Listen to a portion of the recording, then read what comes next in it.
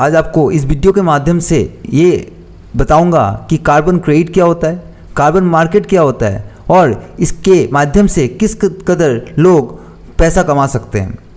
दोस्तों, अगर मैं आपको पूछूं कि ग्लोबल वार्मिंग को रोकने का सबसे अच्छा उपाय क्या होगा, तो एक बहुत ही बड़ा विकल्प होगा कि सारे इंडस्ट्रीज़ को बंद कर दिया जाए, क्योंकि इंडस्ट्रीज़ की वजह से ग्रीन हाउस गैसेस का उत्सर्जन होता है, जिससे जलवायु परिवर्तन होता है। पर आज हम इतना डिपेंडेंट हो गए हैं उद्योग धंधे पे कि हम ऐसा नहीं कर सकते।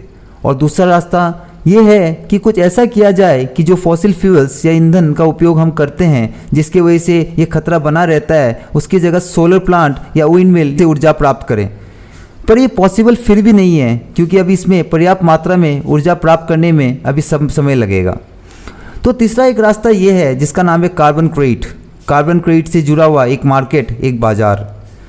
तो आज हम जानेंगे किस प्रकार कार्बन क्रेडिट जलवायु परिवर्तन को रोकने में सहायक हो सकता है और पॉल्यूशन को कम करने में सहायक हो सकता है।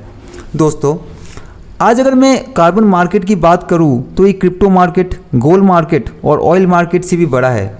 क्रिप्टो मार्केट अगर देखा जाए तो सिर्फ 280 बिलियन के आसपास है और कार्बन मार्केट 2021 तक ही 850 बिलियन का मार्केट था।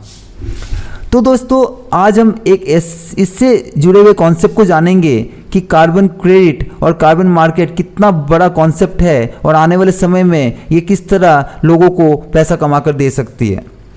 जैसे कि आप गंदगी फैला रहे हो और आप उसी गंदगी को साफ कर देते हो, तो आपने गंदगी की ही नहीं। इसी कॉन्सेप्ट पे है कार्बन मार्केट। आज हम जानेंगे कार्बन मार्केट क्या है और इंडिया क्यों एक क्रिएट करना चाहती है। क्योंकि एनर्जी कंजर्वेटिव एक्ट के तहत एक बिल का बात आया है जिसे इंडिया ने लास्ट मंथ लोकसभा में पास किया। अगस्त 9, 2022 को Narendra Modi ji the energy conservative amendment bill Lok Sabha में पास किया और कार्बन मार्केट स्टार्ट करने की बात की।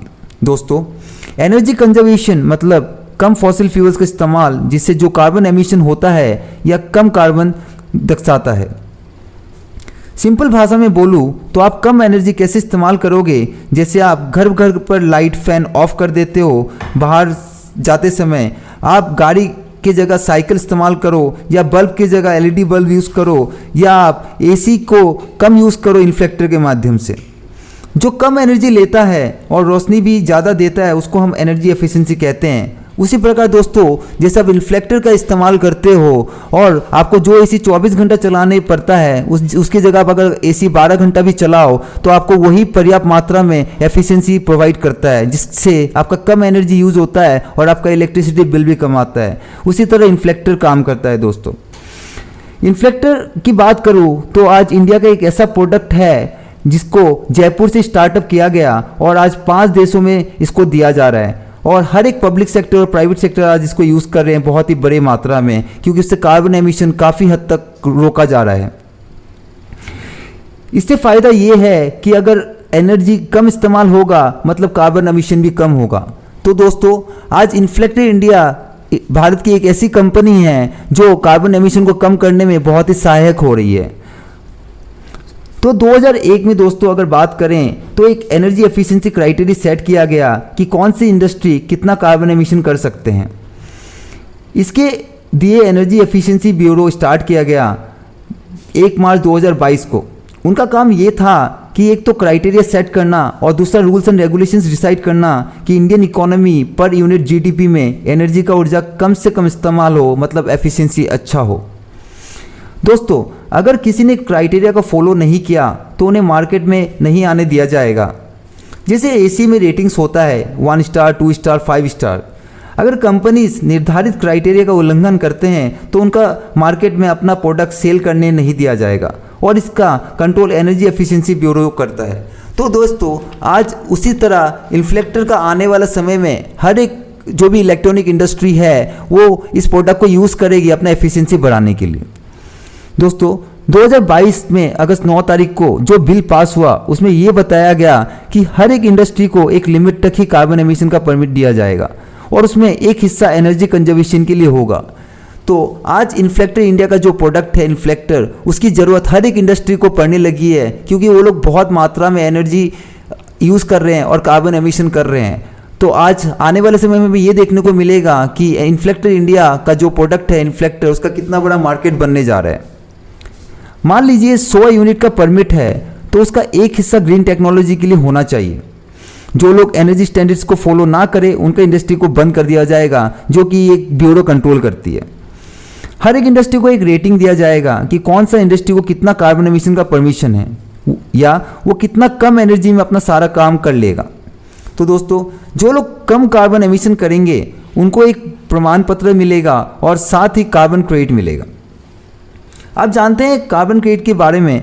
मान लीजिए एक इंडस्ट्री को लिमिट 1000 यूनिट का है और वो 800 में अपना काम कर देती है, तो उसके पास 200 यूनिट का कार्बन एमिशन का परमिशन बच जाता है। और किसी इंडस्ट्री को 1000 यूनिट की ज़रूरत है और उसको चाहिए 1200 यूनिट कार्बन एमिशन, तो 200 यूनिट उससे ले सकती है जिसने कार्बन एमिशन कम किया है, या खरीद सकती है।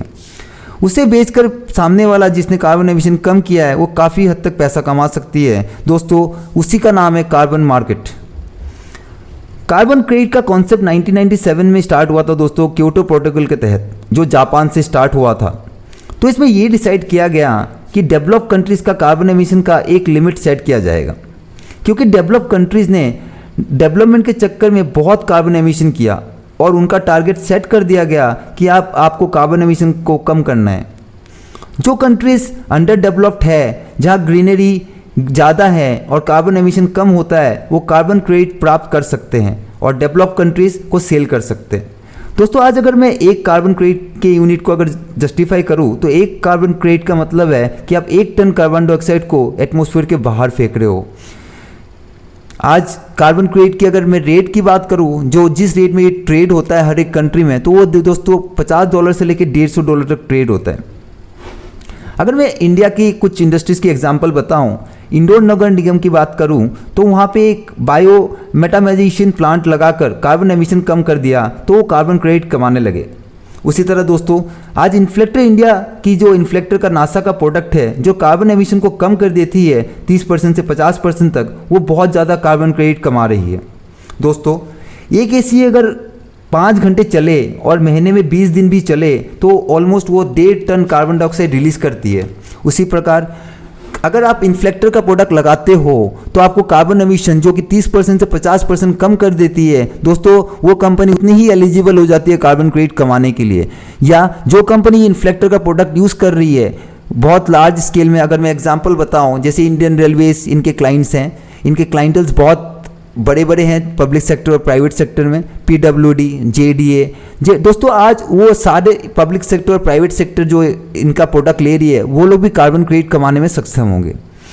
आज मैं कार्बन क्रेडिट की सिर्फ इंडिया की मार्केट की बात करूं, दोस्तों आने वाले समय में आज इन्फ्लेक्टर इंडिया वो महान कंपनी बनने वाली है जो भारत को नेट कार्बन जीरो में सहायक बनेगा। डॉक्टर संदीप चौधरी जी जो इस कंपनी के को फाउंडर हैं, वो एक मिशन पे हैं दुनिया को बचाने के लिए। वो आने वाले समय में भारत के लिए एलन मास्क बनने वाले हैं। दोस्तों, इन्फ्लेक्टर इंडिया का जो मिशन है कि नेट कार्बन जीरो, जो नरेंद्र मोदी जी ने अनाउंसमेंट किया 2070 तक, दोस्तों आज हो सकता है इन्फ्लेक्टर के माध्यम से 2040 तक इनका जो मिशन है, इन्फ्लेक्टर इंडिया का जो मिशन है 2040 तक नेट कार्बन जीरो, वो बहुत हद तक पॉसिबल होता हुआ दिख रहा है। धन्यवाद दोस्तों, मैं सुमित अग्रवाल उम्मीद करता हूँ आपको कार्बन क्रेडिट क्या होता है और कार्बन मार्केट क्या होता है वो भली भांति समझ में आ गया होगा। धन्यवाद दोस्तों।